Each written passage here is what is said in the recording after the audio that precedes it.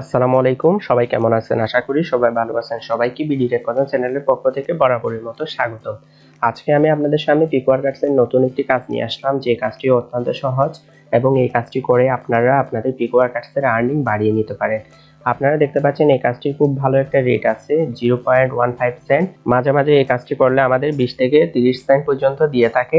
So এই কাজটি কোথায় খুঁজে পাবেন আমি একটু আপনাদের বলে রাখি। আপনারা যখন পিকওয়ার্কার্স এর জব পেজের মধ্যে যাবেন, জব পেজের মধ্যে ক্যাটাগরিতে ক্লিক করবেন। ক্যাটাগরির মধ্যে সাইন আপ ক্যাটাগরিতে পরে আমি যে কাজটি দেখাবো সেটা।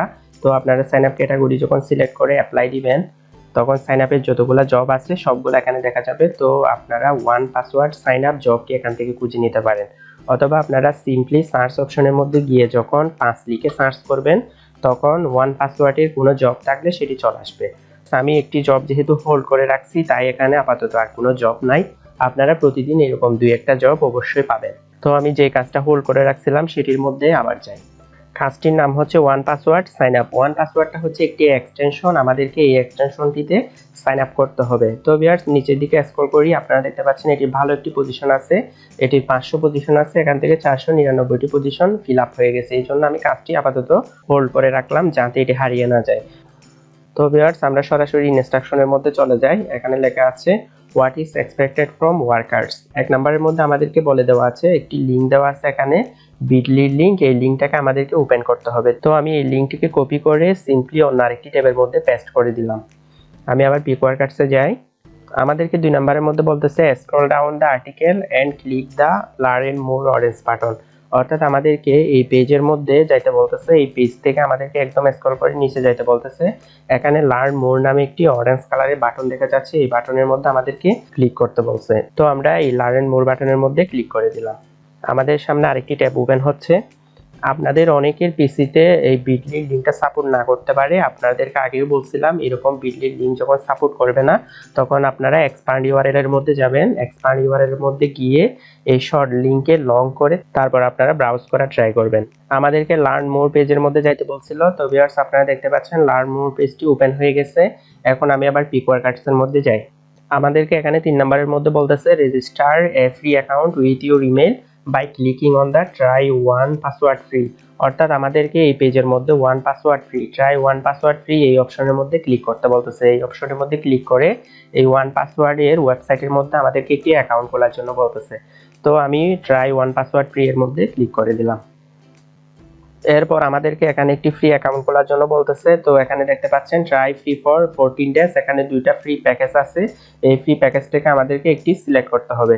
তো আমি প্রথম প্যাকেজটা সিলেক্ট করলাম। এখানে ট্রাই ফ্রি ফর 14 ডেজ, এটির মধ্যে আমি ক্লিক করে দিলাম।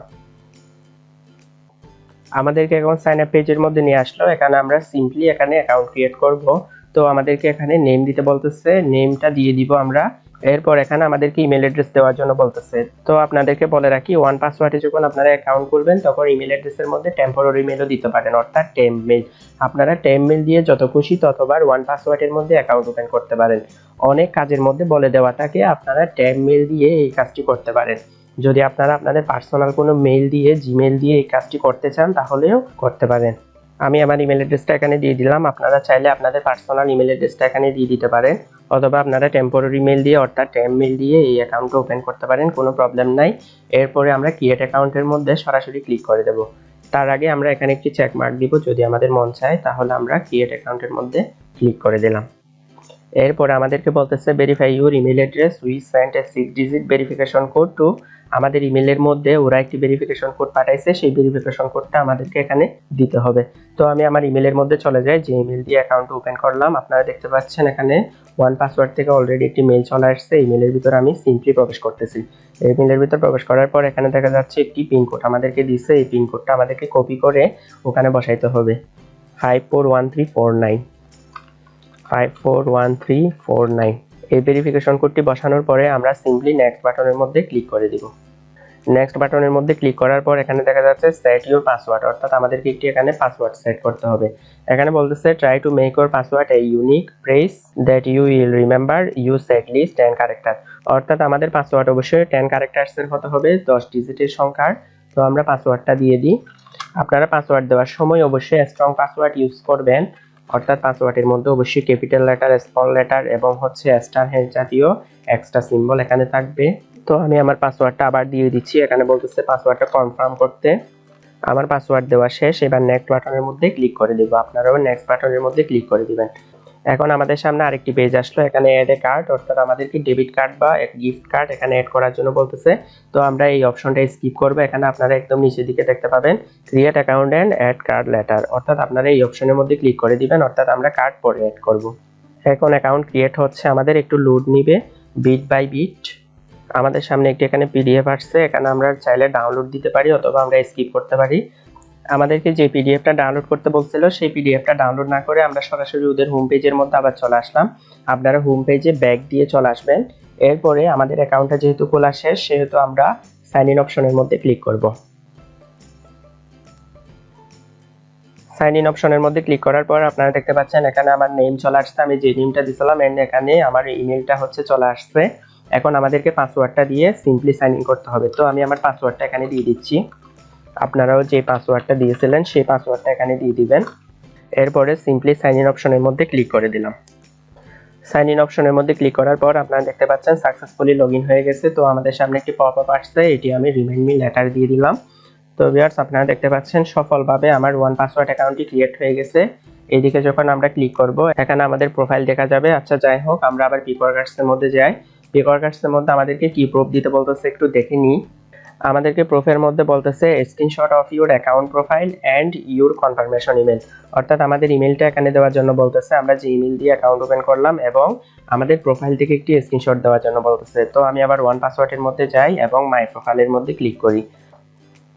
মাই প্রোফাইল অপশনের মধ্যে ক্লিক করার পর আমাদের সামনে আমাদের প্রোফাইল পেজটি চলে আসছে। এখানে আমাদের ইমেল, যে ইমেল দিয়ে অ্যাকাউন্ট ওপেন করছি সেগুলো, এরপর হচ্ছে সিক্রেট কি সবকিছু চলে আসছে।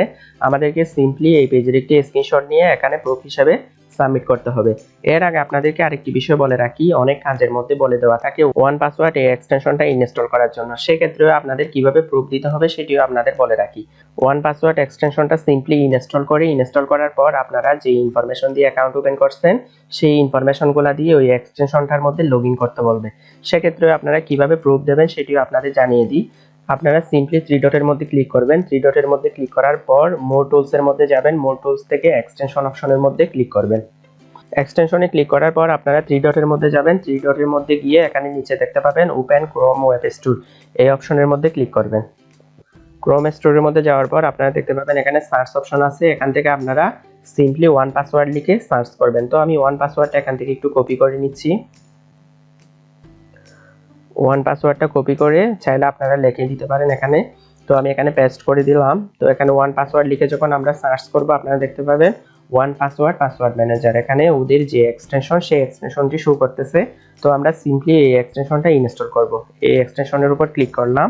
ক্লিক করার পর আমাদেরকে এই পেজের মধ্যে নিয়ে আসলো, এখানে সিম্পলি অ্যাড টু ক্রোমের মধ্যে ক্লিক করে দিলাম। তো ভিউয়ার্স, আপনারা দেখতে পাবেন এই এক্সটেনশনটি এখানে ইনস্টল হবে।